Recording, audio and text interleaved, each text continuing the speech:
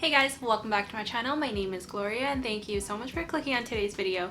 Today I wanted to talk about some of these plants that are going to be under $10. So these are super affordable and very easily accessible. So I hope you guys will go out and buy some of these if you don't already have them in your collection. Before we get started, make sure you subscribe to my channel so you don't miss out on any of my new videos.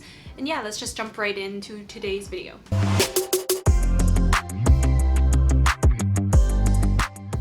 Okay, so first off, I want to go through plant number one, which is going to be a scindapsus, and this one is the scindapsus argyraeus. So there's lots of different scindapsus out there that are probably still under $10. There's the exotica, argyraeus, like I said, silverian. That's the other one, and I think those three are the most common ones, which is why they're usually under $10 if you just get like a small 4-inch, 3.5-inch pot from your local nursery. These grow pretty quickly, obviously not as fast as something like a pothos. I would say just a little bit slower, and it's quite easy to care for. You don't really need high humidity, and that's all that we can really ask for a plant that's under $10, right? It has beautiful silver variegation, which I absolutely love. Not a lot of plants that have kind of like silvery foliage will be under $10, so this one is definitely one to have in your books and add to your collection. Next up, I want to talk about a plant that I don't usually talk about on my channel, which are peperomia. I personally don't have many peperomia in my collection. I only have like 1 or 2 here and there, but this one is actually really affordable and I think it actually looks pretty cute. So this one is the peperomia piccolo banda, and it kind of has like these ruffly looking texture for the leaves, which I think is really cool. It's not super extravagant in terms of color wise, but the kind of like greenish tint to the leaves are really pretty, and it has a nice growth pattern. It doesn't grow super leggy like how certain peperomias tend to grow, like the pilea peperomoides and also the watermelon peperomia. So those two I find kind of grow a little bit leggy, but this piccolo banda kind of grows pretty compact. So I really like the growth pattern, and the foliage is not too bad to look at, so I kind of like this one. And I think you can find a lot of peperomias for under $10, but I just chose this one to add on the list. I will have another peperomia on the list later on, which I won't go through yet. But moving on to the next plant, which is plant number 3, and this one is also another kind of plant that I don't talk a lot about on my channel because I only have 2 in my collection and they're mainly my mom's. So this one is one that we don't have, and it's a tradescantia tricolor. So this one actually gives me like nanook vibes, but like kind of cuter. So it's not super bright pink and like purpley kind of like the nanook, and it has a little bit more of the green and the pink and purple and white. It just has kind of all the colors that encompass a really nice beautiful plant. So I really like this one, and it has a better, easier growth pattern compared to the nanook, and I would say this one's probably similar in care in terms of caring for the tradescantia zebrina. So this one, very easy, very cheap, very affordable, and a lot of nurseries tend to carry this tradescantia, and not a lot of people know about tradescantias because they're like underrated.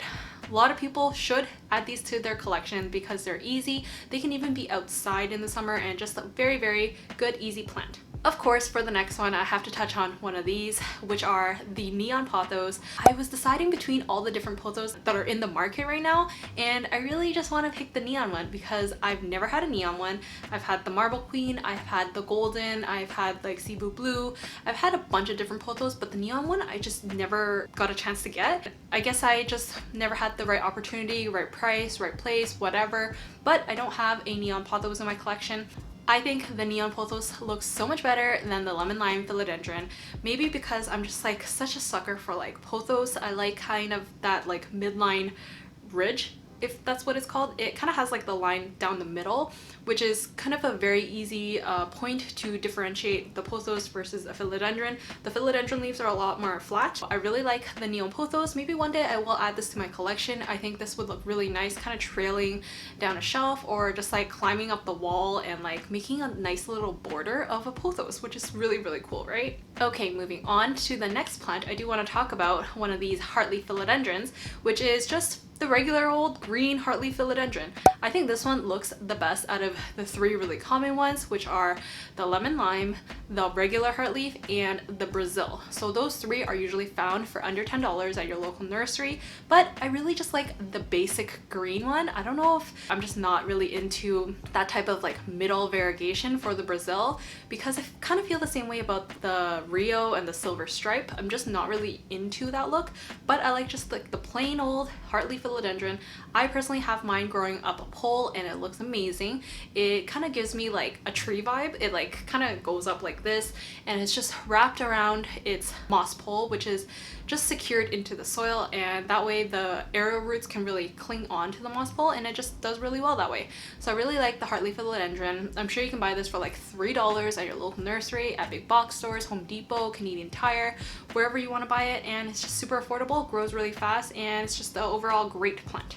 Next up, I want to talk about one of the peperomias that I recently got, which is also under $10, and this one is the peperomia prostrata. So this is the turtle shell peperomia. Turtle shell? Turtle peperomia?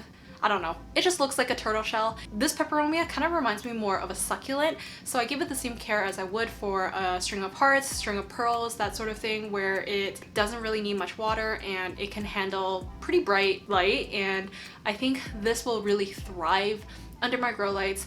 This used to be a bit more of a harder to find plant and a bit more expensive, but over time, this past growing season, I'm pretty happy about that. I got mine for a little bit more than $10, but I've definitely seen these for under $10 recently, and I'm hoping that you guys will find yourself a really good affordable peperomia prostrata to add to your collection. Next up, as we're on the same topic, I want to talk about the string of hearts.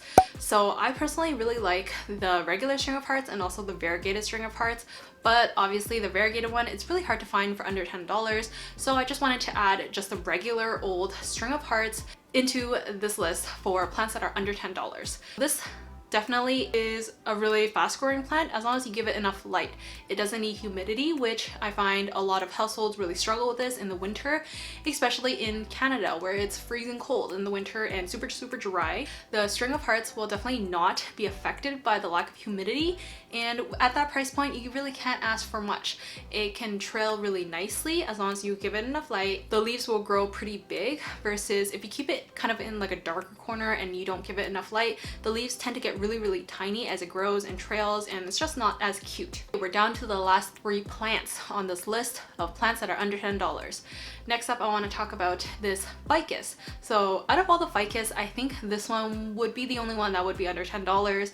The variegated ones, definitely not, usually more in the $10 to $20 range, but the regular old ficus elastica, this one will be under $10. This one is the burgundy, so it kind of has like a darker green, almost burgundy colored leaves, and very easy to grow. It doesn't require as much care as you would say for a variegated one or a ficus audrey or a ficus lyrata. There's lots of different ficus plants out there, but the ficus elastica burgundy is super easy, super cheap, and honestly gives you like the ficus vibes that you're looking for. It can be a huge tree. It can be a small little plant. Okay, obviously I can't go through this list without talking about a hoya, so I'm going to talk about the Hoya carnosa crimson queen. So out of all of the basic hoyas and very affordable under $10 hoyas, I thought this one would be the best one to get if you're kind of like a beginner Hoya collector and you don't really know much about Hoyas, but you want to kind of dabble into the world of Hoyas.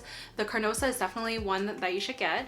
This one has the variegation on the outside, so the borders are kind of more variegated with the cream color, and then inside is the darker green. The crimson queen definitely grows faster and requires less care, less watering, and just very low maintenance for a Hoya, which is the perfect first Hoya to add to your collection. And you can definitely find a small little pot, like a 4-inch pot for under $10, and very affordable, very good, just an amazing plant. Okay, last but not least, for this long list of plants that are under $10 is the snake plant. I don't want to talk about all the snake plants and all different sizes. I do just want to talk about the snake plant samurai. So the samurai sansevieria, this one looks really cool, and it's one of the more unique snake plants. You might not find it in every single nursery out there, but the few that will have these are going to be under $10 because it's still, at the end of the day, a snake plant, and they usually come in pretty small pots. So it's essentially like a succulent. You don't really have to water it. You don't really have to care for it, essentially. And it's just such an easy plant. You just put it into a corner, make sure it gets some light, and water it once in a while, and it'll be doing okay. This one kind of reminds me of like a flower, which is really cool because it kind of fans out, which is very unique, and not a lot of snake plants do that. They usually kind of grow upwards and they have like really long skinny leaves. So this one, very unique, and I think should be added to this collection. So that pretty much concludes the 10 plants that I wanted to talk about today. These plants are very affordable and are great to add to your collection. Comment down below which one is your favorite plant that you bought for under $10. I would say mine is probably my Hartley philodendron, just because it literally exploded and I can't even ask for more because I bought 2 little like 3-inch pots for I think like $3 each, and now it's like huge. Okay, thank you so much for watching. I hope you guys enjoyed. Give this video a thumbs up if you did, and I'll see you guys in my next video. Bye.